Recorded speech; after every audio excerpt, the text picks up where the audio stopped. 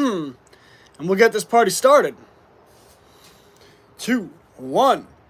Hello, TikTok. You are here with YouTube, and it is a beautiful morning here in the sunny South. In the summertime when the weather is fine.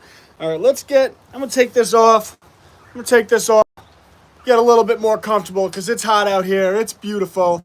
And we are going to talk about homeschooling. We are going to talk about homesteading. And we are going to talk about how you can bring them together in a beautiful, beautiful symphony of education. Because if you're anything like me, you are, hey, Melissa, good morning.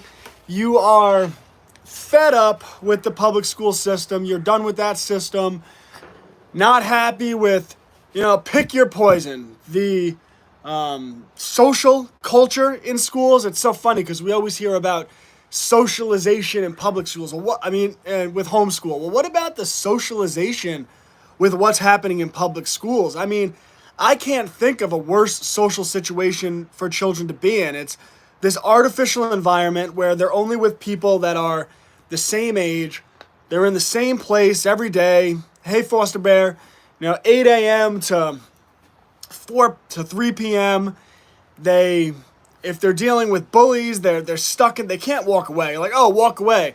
Yeah, if there's people in my life that I don't want to be around, I just stop being around them. Well, when you're in public school, unfortunately, you are stuck in a room with these people, and the school system is so dreadful that they don't even allow children to defend themselves these days. So if your child dares to try to, defend themselves, they wind up getting in trouble. So they're told, oh, you know what you need to do? You need to go tell the teacher. And then the teachers don't do anything, and your child's bullied even more for being labeled a tattletale. Well, there's a reason why the teen depression, anxiety, and everything that goes along with that, you guys know what goes along with that, rates are through the roof. And then you think about just the messaging that these children are learning, where they're being told that they've been told for the last 2 years that basic human interaction is a threat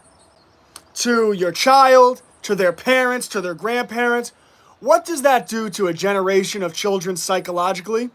Children need to play, they need to roughhouse, they need to tackle each other and wrestle, especially young boys need to do this stuff. And they're being told that if they do that, something catastrophic might happen in their lives. That they're somehow a bad person for doing that. Yeah, I can't tell you how many people tell me they pull their children out of school because of the bullying situation. I worked with teens in foster care for 6 years. The public school system was one of the worst environments for them. Other kids are so cruel. And the other thing is, when you're sending your children to public school, right, you are putting them in a situation where they are with children who come from abusive homes, both physically and the other type of abuse that is the most grotesque thing in our society. And because they're interacting with these kids day in and day out, they often are introduced to that type of abuse because those children lash out in a similar way at their same school age peers. So everything that happens with public school socialization is an absolute disaster. Well, if you're thinking about homeschooling, if you're on the fence, summertime is the best time to try it out. If you're worried about socialization, here's my challenge to you. This summer, give homeschool a trial and see if you can socialize your child. And what you'll find quickly is how laughable the propagated narrative that homeschooling is in any way inhibitant on socialization. Because if you look at a day in the life of my son, for example, who's currently out in town, he's at stores, he's interacting with the people in the stores, he's with his mother, he's with his sister. It's Monday morning, he'll be coming home later today. We have his friend coming over. He'll be having a play date. We often have multiple friends come over. On Tuesday, he's on a baseball team. So he has a baseball game on Tuesday with all of his teammates, and of course they hang out outside of baseball. On Wednesday, he's in Brazilian Jiu-Jitsu class, which again, he has a dojo filled with, I think, about 30 other children. On Thursdays, we usually have another play date, or maybe we go to the park. On Fridays, he has both gymnastics and baseball every Friday. Saturday and Sunday, we're never in the house. Just yesterday, we were at the carnival, which was a lot of fun. We had a blast. And then on Saturday, we were actually at the Mount Olive Pickle Festival. So what you'll find is that it's actually not difficult to socialize your children when it comes to homeschooling. Let me see what Benjamin had to say. Know you've got your books and I need to get them, but what's your favorite curriculum starting in September? Well, it really depends on the learning style of your child. There's a lot of good curriculums.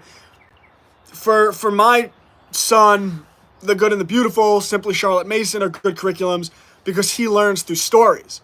Other children have, is your child an auditory learner? Is your child a visual learner? Is your child a kinesthetic learner? Does your child like bookwork? Is your child more technical where they like computer type stuff? Is your child more, are they more into nature and will they do better outside? So you want to know your child. But yeah, like I said, The Good and the Beautiful, Simply Charlotte Mason, classical conversations. I mean, there's so many good curriculums. Look at what we've been doing within Homeschools Connected. I mean, so this week in Homeschools Connected, as part of our year-long nature unit study, our students are actually, the last 2 weeks we've been studying a lot into soil biology, right? The photosynthesis process and how to grow plants. Our students are actually, they've built garden boxes, they planted seeds in the ground, they've done composting, they even made little greenhouses, which was really cool. And so anyway, studying bugs.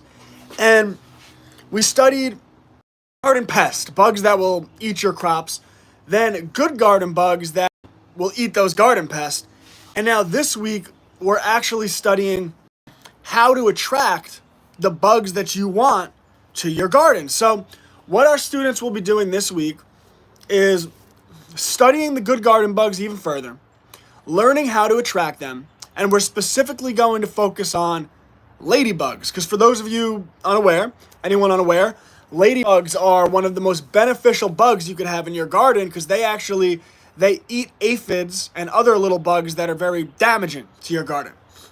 So what our students this week are going to be doing is actually constructing their own ladybug feeders.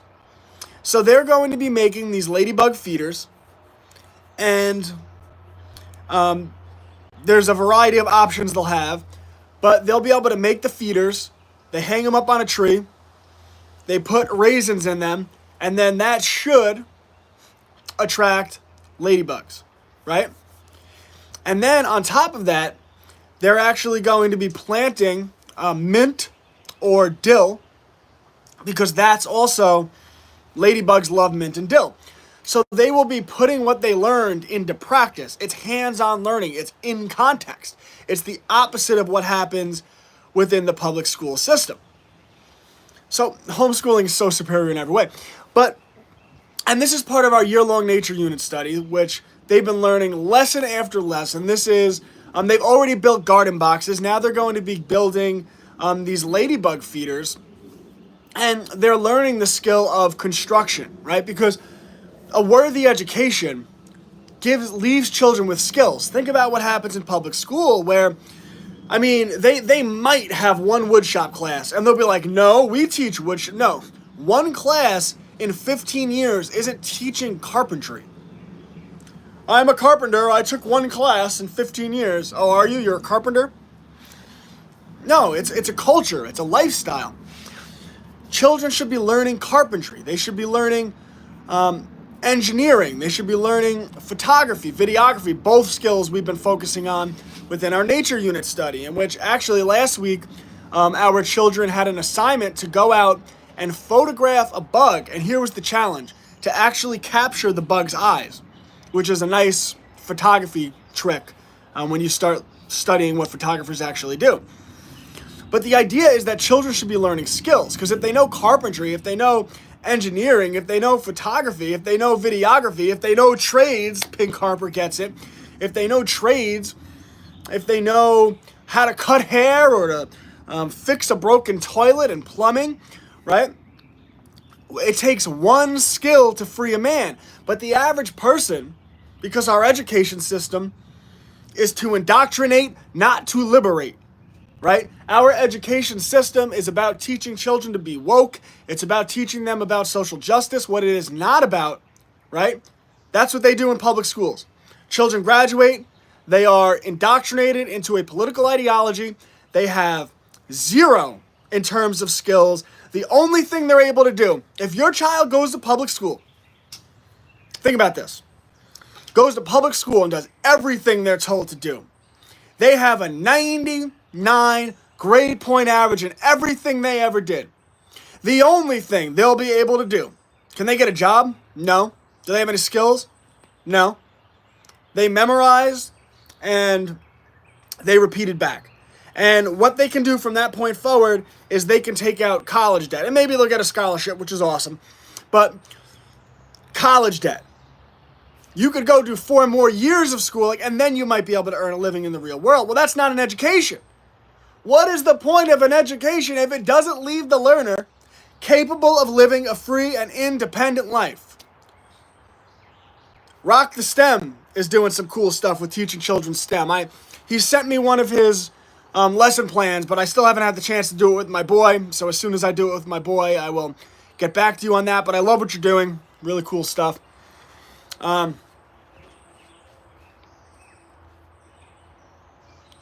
Yeah, they start in debt, not building a life to be debt-free. I mean, even think about, from that perspective, when you're talking about financial literacy, why aren't children taught financial literacy? Now, I've outlined this extensively, right? I've outlined this in my videos, and I've outlined this for members of Homeschools Connected, where I have an entire path outlined of how to teach your children financial literacy. And on top of that, every 6 months, we get our children to do something entrepreneurial or entrepreneurial adjacent in our Homeschools Connected community. But you're here today, and I'm in a good mood, so I'll outline that pattern. When your children are maybe 4 or 5 years old, there's a lot of great programs. Dave Ramsey has Financial Peace Jr., which through chores and daily living teaches children all about earning, saving, and giving. 2 books that my son has that he absolutely loves are The Money Ninja and The Investor Ninja. My son's 4 years old. They introduce children to financial literacy and investing. There's Finance 101 for Kids, which is a good book. When your child's about 5 years old, depending on maturity, you should start with bi-weekly or monthly games of Monopoly Junior. As soon as they're ready, you should move on to games of Monopoly with the specific goal of pointing out the difference between assets and liabilities. What are assets? What are liabilities? I'm going to give you a simple definition. Assets are anything that puts money into your pocket. Give you an example of that. Most people think of real estate. Well, right now, as we're doing this stream, I promise you, there are people buying Cubs to Bears books. That is an asset, right? That is an asset. Homeschools Connected, my private homeschool community, which is a subscription model. It's $10 a month. It is worth way more than $10 a month. Use the promo code FREEDOM, right? But that's an asset, and everyone should be accumulating assets, and everybody, and that could be real estate, right? But should be teaching their children from a young age, hey, listen, you want assets. You want to own this property. You don't want to pay rent to this property, right? Once your children get that down, you get them the Cash Flow for Kids board game, which is put together by Robert Kiyosaki. He is the author of Rich Dad, Poor Dad, right?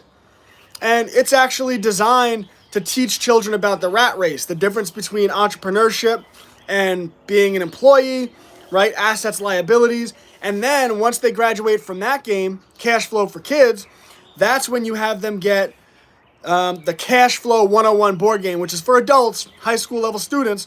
And it teaches financial literacy to such a depth that after your children play the game enough, they'll actually be able to print out financial statements posted by companies on the stock market, and they will be able to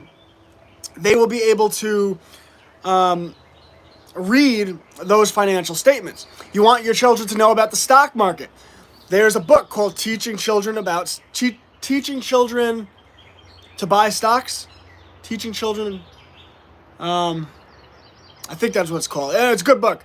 I'll do a post about it. Because the name's eluding me at the moment. Or if you join Homeschools Connected, it's in there.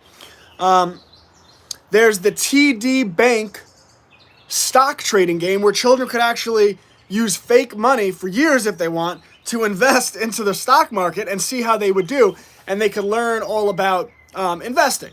But of course, you want to teach them about stocks because young people tend to fall in love with sexy things, right? Like, crypto and get rich quick and this stock, right? But sound investing, you want them to understand what Roth IRAs are. You want them to understand what a 401k is, right? You want them to understand how compound interest works. You want them to understand what a dividend is and why it could be beneficial to accumulate dividend stocks. What's a dividend stock? Warren Buffett is a good example, obviously, just because he has so much money. Warren Buffett owns an immense amount of the company Coca-Cola, right? Tremendous amount of stock in Coca-Cola. Coca-Cola is a company that pays dividend stocks. So what that means is 4 times a year, based on their earnings, based on their profit, Coca-Cola, if you own 1 share of Coca-Cola, I'm just throwing out a number, don't quote this number, but let's say 1 share of Coca-Cola, they will pay you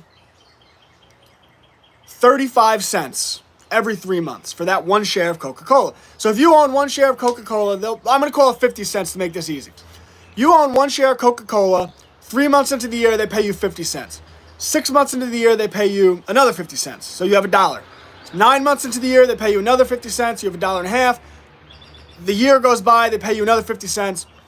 You have $2 you made from that 1 share of Coca-Cola that they pay that to you. That's on top of whatever the stock is doing. The stock could go up and down, but that's cold cash, baby. That's Coca-Cola paying you money. Now, Warren Buffett probably owns, again, don't quote me on the number, but he probably owns 5 million shares of Coca-Cola. So he's making millions of dollars a quarter, right? Every quarter he's getting paid out millions of dollars by Coca-Cola. Well, you want your children to understand, yes, there is that sexy investing with like the crypto stuff and stuff like that, but you want them to have a sound understanding of investing. And really what you want them to understand is like solid long-term investing. Like your children should understand what IRAs are. Your children should understand what a 401k is. You yourself as a parent should understand what are the letters? UTMA.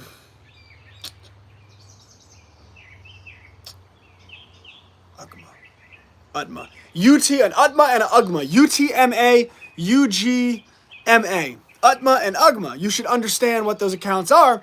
I have those accounts for my own children, and they work in a very similar way to a Roth IRA, but you can start your child from the day they're born, and you can keep that account for 20 years, compound interest.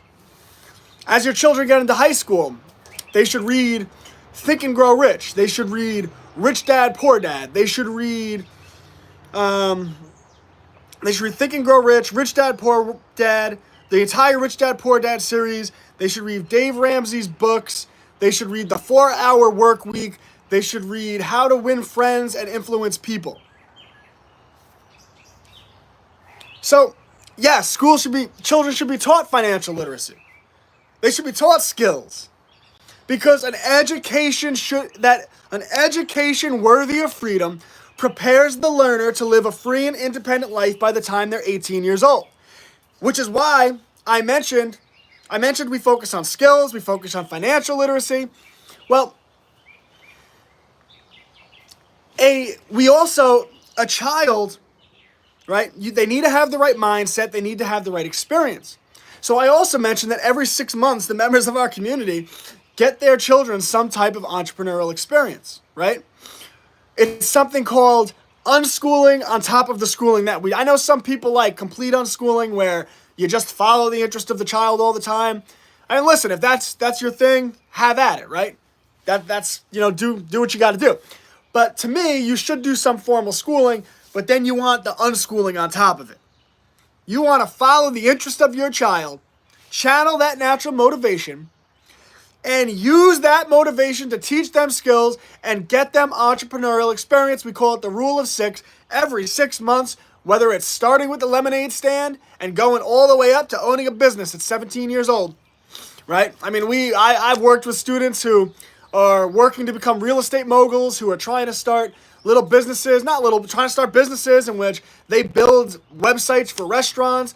We have students starting their own clothing lines, students doing publishing their own books, doing things with art.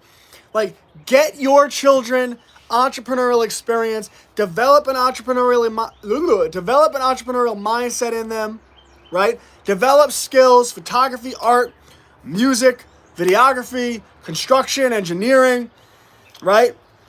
And give your children the tools. When you educate them, when you're cooking up that education, you need a recipe, baby. And that recipe that we preach is critical thinking and the process of learning over memorization, which public school prioritizes.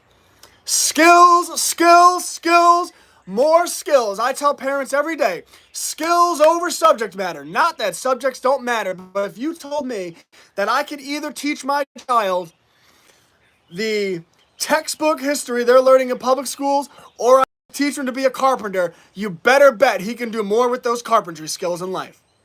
So we still teach subject matter, but skills over subject matter, not that subjects don't matter. Critical thinking, skills, entrepreneurial experience, and an entrepreneurial mindset. Financial literacy.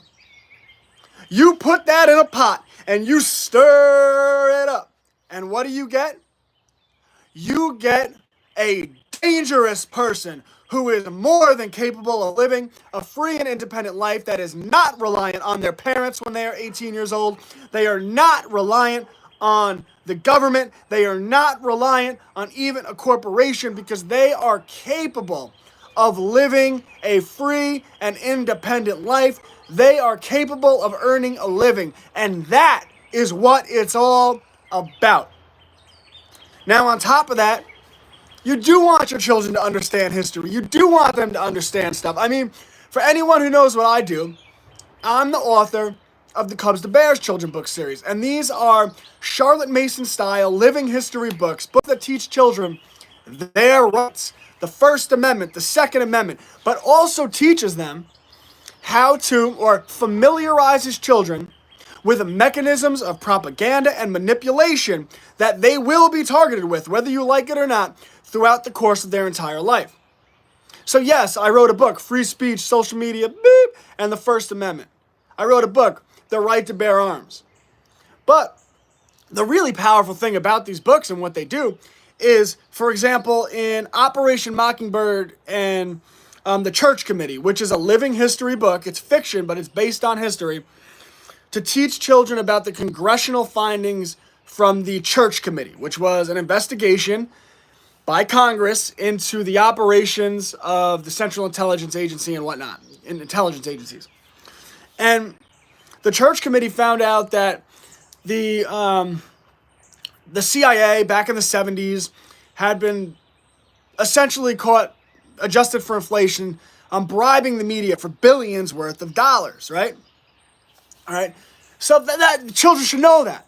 Well, early in the book, the news roosters report of a bear stealing a bike, and you're shown this close-up picture of a bear stealing a bike.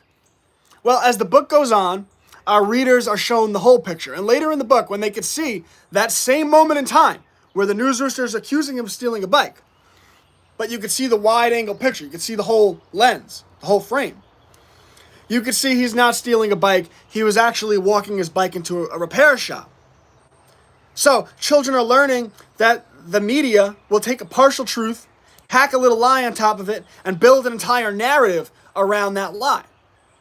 This is narrative-based news. This is something all children should be made aware of. Now, you take a look at what's happening in public schools, where they're being told, hey, listen, if you do a report and you cite CNN as your source of information, well, then we know that that's worthy information. Come again? Come again? No, it's not worthy information, which is why I teach a course on the media industrial complex for high school level students and middle school level students, where we actually teach students how to track the money, right? We learn where the media's funding comes from, that 5 corporations control 90% of media, right? And when you understand that, choice is actually an illusion. So whether you're watching ABC or ESPN, they're all controlled by the same puppet masters, right? We're going to study the medical industrial complex later this year, and children, I mean, they're going to get deep into tracking the money. I mean, it's very exciting stuff. I teach a course on propaganda using the Cubs to Bears children book series, right? In which, really cool course, in which children, really we cement home what propaganda is. And then right now, I'm actually teaching a course on the Bill of Rights and the American Revolution, in which we teach children their rights from the perspective of, we start with the Bill of Rights and then we go back into history. We say, why did the founding fathers think it was so important to put free speech into the Bill of Rights? And then we go back to the American Revolution and we find out why. Right? Why did they think it was so important? Why did they think it was so important to put the right to protest, right, to assemble, into the First Amendment? And then we go back to the American Revolution. Right? Then we bring it to the modern world and we say, look, they're still trying to take these rights today. And our founders knew they would. And this is why it's so important that you know your rights. This is why it's so important that you defend your rights. Go back and see if you guys have any questions. Anyone interested in Homeschools Connected? It's what we do. It's our community. You see our awesome members in here today. But that's www.classicallearner.com. Homeschools Connected, and it's only $10 a month, which is pretty cool. All right, let's see. My child is 13 months. What can I start with? Nothing formal. You don't need formal education. You want a language-rich environment. You want to narrate their life as much as possible. Keep everything in context. When you show them hot, then you show them cold, right? Everything in context. By the way, disclaimer, never put your child's hand on something hot that will burn your child, or something too cold, right? Disclaimer, right? Just in general, if something's a little hot, this is hot. Then you take their hand to the freezer and you maybe put it on the freezer. This is cold, right? Life in context. And you want to narrate their life. Maybe Montessori toys is a good way you can go. And then just you want to get them involved in everything as much as you can. So when my boy was 1 year old and my daughter's 11 months now, so we're really live it, right? They participate in the gardening, participate in the cooking, and make it educational. Discuss, put your hat on, say, am I the teacher? And teach with everything you do. Because at that age, they're little sponges and you don't need formal education yet. I love that you're teaching and helping parents and children. Thank you. And the parents in our community absolutely crush. We need good teachers in this world, because the system, like the Department of Education and the teachers' unions, they are subversive agents, right? They're subversive. They design the curriculums. They handcuff our teachers and they put them in a bad situation. And then when you get teachers that are ideologues, it could be very dangerous to how our children are educated. So when we have good teachers in the system, we need to support them, and it's very important what they do.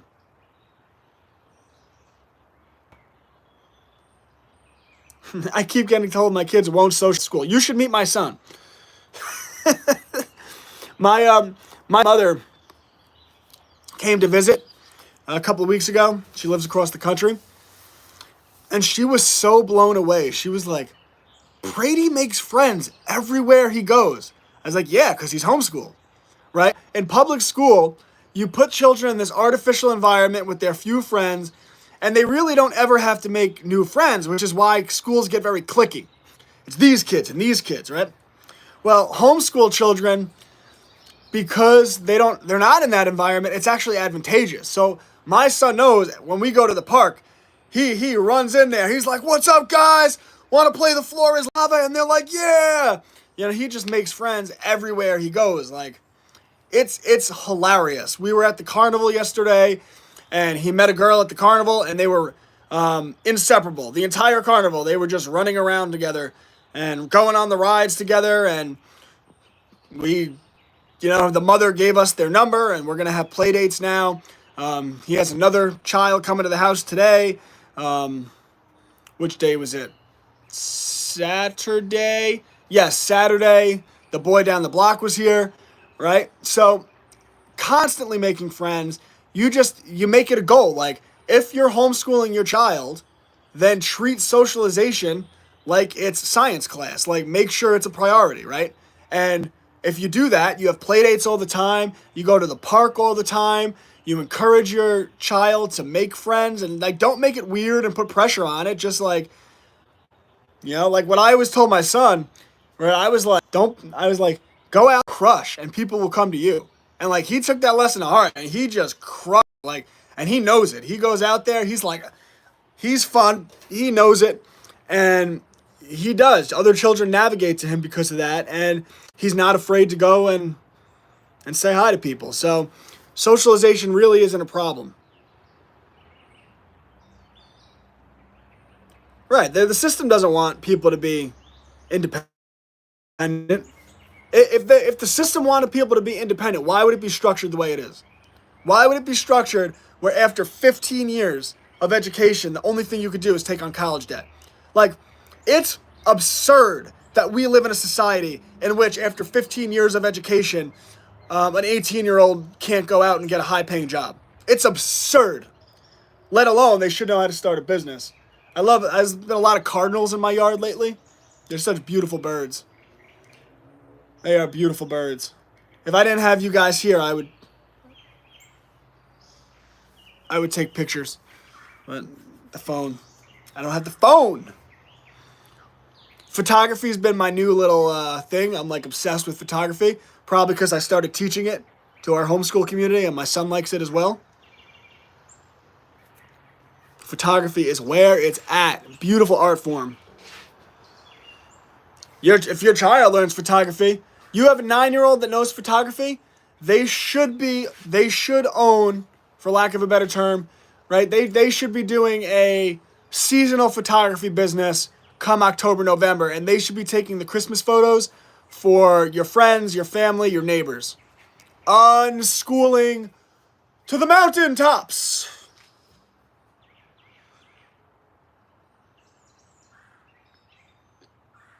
I'm in a good mood today. I'm going off on this stream. Oh,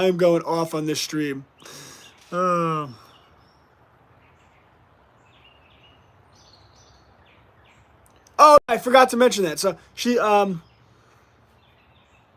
Undaunted Servant, that's awesome, has been, my kids have been getting social time with friends at our church. Yeah, I forgot to mention, on Sundays, we didn't go this Sunday, we went to a carnival. But on Sundays, my son attends a class at our church, right?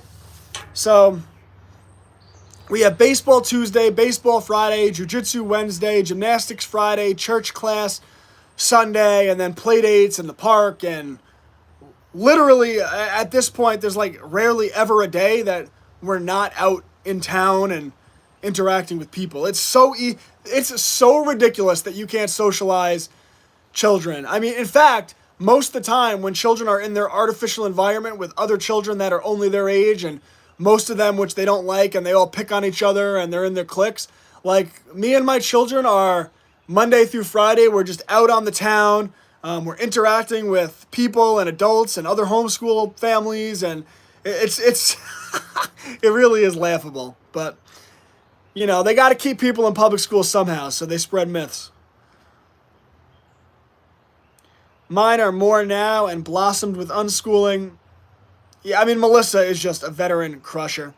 Read, Think and Grow Rich, Rich Dad, Poor Dad. Yeah, absolutely. With the financial track, I actually prefer that your children first read Dave Ramsey. And about the dangers of debt and credit cards. Learn all about that. Then, because Kiyosaki, like Rich Dad, Poor Dad, just look at the title. That's a sexy title, right? Rich Dad, Poor Dad. Oh, I'm going to get me a rich dad, right? sexy, right? Just like the crypto and the stock market. You want your children to have the foundation in the detail. And then they could get into the mindset. Then they could get into what's sexy, right? Yeah, I'm going to be a real estate mogul. That's great. I hope you are. But first understand debt. First understand credit, right? And Kiyosaki, he'll tell you a different thing about debt, right? Dave Ramsey will tell you that you get out of debt as aggressively as you can. Now, I appreciate that message. I appreciate that message because I have certain views on the world and where the world might be going. But there are other truths about our money system, other truths about our monetary system, that the entire system itself is debt. So what Robert Kiyosaki would tell you is, no, don't get out of debt. Get into debt. What do you mean get into debt? What he would tell you is, based on the laws, you could take out 4 loans for single-family homes that you do not have to live in, right? You could take out 4 loans for single-family homes. So he would tell you, and any house with 4 separate apartments in it, as long as it's 4 or less, is considered a single-family home. So Kiyosaki would tell you, no. Find 4 fourplexes. Take out 4 loans, take out 4 mortgages, and then just have the tenants pay for the mortgages. You get the appreciated value on the homes, and you get the profit from charging rent. That's what Kiyosaki would tell you, right? And he would say you just pay off one mortgage at a time using the rent, and then you just buy more and more property until, right? And right there, you would have 16 apartments to rent out doing that, right? And he would say you just do that, and then once you pay off one, you get enough money for it, and the down payments too, right? He would say you do it using other people's money, right? Other people's time, other people's money. He would say you want a $100,000 property, just to use nice round numbers. In a lot of cases, you only need 5% on that, right? You need $5,000, and the bank will give you $95,000. Other people's money. That's what Kiyosaki would tell you. That's just a different philosophy. But before children learn that philosophy, and listen, I'm outspoken in my thoughts. I don't like debt. I don't like it. I think it's how they try to control us. But before your children understand that philosophy, you want them to understand the Dave Ramsey philosophy, because you want them to understand that this stuff is dangerous, right? And, to me, young people, if they could just avoid the mortgage in the first place and live out of debt, I think that's a nice recipe for living a real, true, free, sovereign life. But you want your children to understand all these different stuffs. And let me tell you something, like the Rich Dad, Poor Dad books changed my life, okay? So I'm not bashing them, okay? Because there are concepts within these books, philosophies within these books that are life-altering, right? Life-altering. So we definitely want our children to understand them. Everyone should accumulate assets. You don't have to be in debt to accumulate an asset. You can literally make them with your mind. You can make assets with your mind. Start an Instagram page.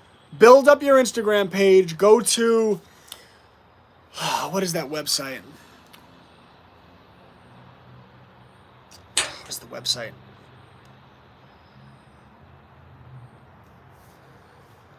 Well, go to Google and type in how to find affiliate programs. And there's a website that will come up. You click on this website and it just lists businesses and their affiliate options. You build up an Instagram page and then you go onto that website, you find different affiliate options where basically you could sell other people's stuff. You're basically a marketer, right? You could sell other people's stuff. You go to your Instagram, you say, hey, for the affiliate code, blah, blah, blah, you can get 10% off this awesome product, right? And then you just sell those products. That Instagram page just became a big asset to you, right? Right? Now, I don't do that. I don't use affiliate codes a lot. The only affiliate code I've used, obviously my own, right? Those are just discount codes for me. The only affiliate code I used was Paola Brown. I used her. She gave me an affiliate code, Classical Learner, if anyone does Paola Brown, her homeopathy program. I don't like to do too much affiliate stuff. I do my own thing, but it's a great option, right? And the point is that You can make assets with your mind, right? You don't need to spend money to get assets. That's a poor man's mindset. You'll hear these people, must be nice to be able to buy property. Must be nice to have $10,000 for a down payment. It must be nice to have credit to get that bank loan. Like, oh, take your must be nice out of here. Like, you could make assets using your mind. You're that powerful, but you've let people take your power. Mindset development in these children. Mindset, mindset, mindset. And by the way, I don't just talk this stuff. I live this stuff. Like, for anyone that's not familiar with me, I live this stuff. Okay? So, like, I've made assets with my mind. Look at my books, right? Look at living out of debt. Like, I sold my house. I had the cushy home in Long Island and the white picket fence and the dogs and the wife and the child, right? And I sold my house in Long Island, moved my family across the country because I wanted to live my life out of debt. I wanted to live a humble life closer to nature. I wanted to grow my own food and take care of animals and really live a life of service to my family and to God, right? But like, you know, anyway, I don't just say this stuff. Like, I live this stuff. So, and that's important.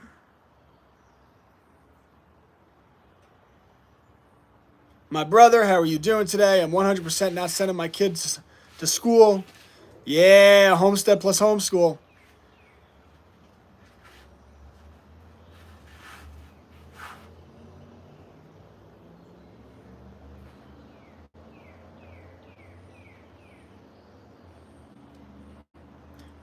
You want them to understand insurance. You are teaching slavery still.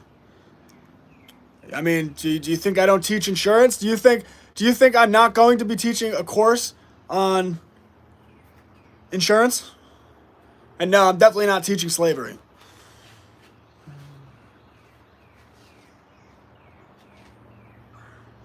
In fact, not only are we not teaching slavery, but we teach our stuff so in depth with, like we start with like the Bill of Rights and the Constitution and stuff.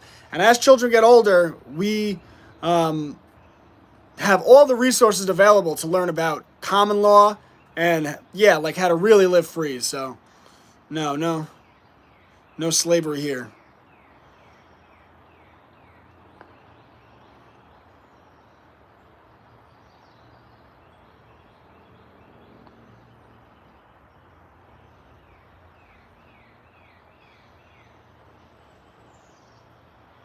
Cubs to Bears are not available in a bundle, but if you go to classicallearner.com, you'll see all the books.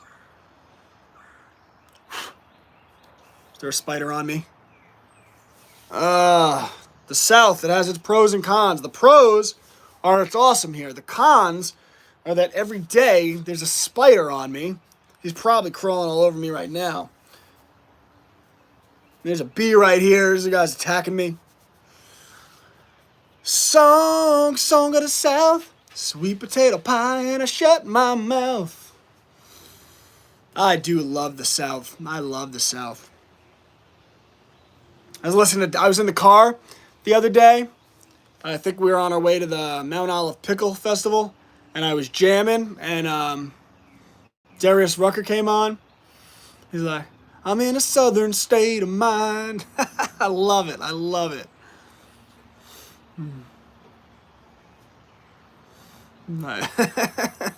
They don't like when I hold the door and say yes ma'am. I'm not going to try to sing Darius Rucker.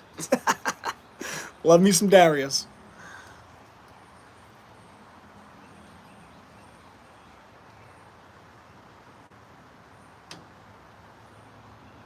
Hey Victoria. Love your shish, bro. Thanks.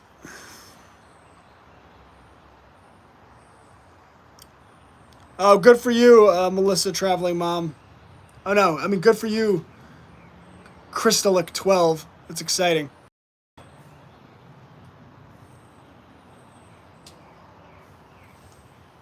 All right. So anyway, you can find me Classical Learner on everything. If you're interested in what we're doing with our amazing homeschool community of homeschool mothers and fathers, and we have a pen pal program and state groups, and Just a really great culture we put together, along with everything I've already mentioned about our nature unit study, the Bill of Rights class I teach every Thursday for the children, the propaganda class I teach using the Cubs to Bears books, the studied in the media industrial complex that we're doing for the older children. You could go to www.classicallearner.com, Homeschools Connected, and if you use the promotion code FREEDOM, all lowercase, it is $10 a month. So, all right, let me know if you guys have any more questions, and then I have to go finish putting together our nature unit study for the day. Have to film some videos. I have a lot of stuff I have to get done today.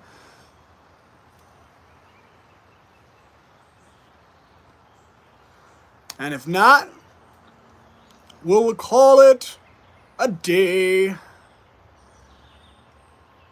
Make sure you follow my sneaky new TikTok channel at Real Brett Pike. Melissa peppering me with nickels. It hurts. Hurts so good.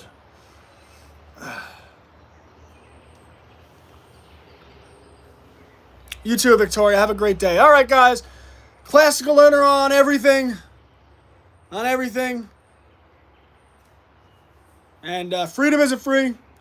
We have to earn it every day.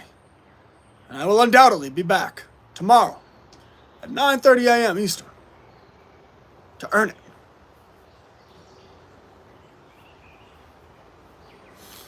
They give me the evil eye. I said sorry, I said honey, I'm sorry. I'm in a southern state of mind.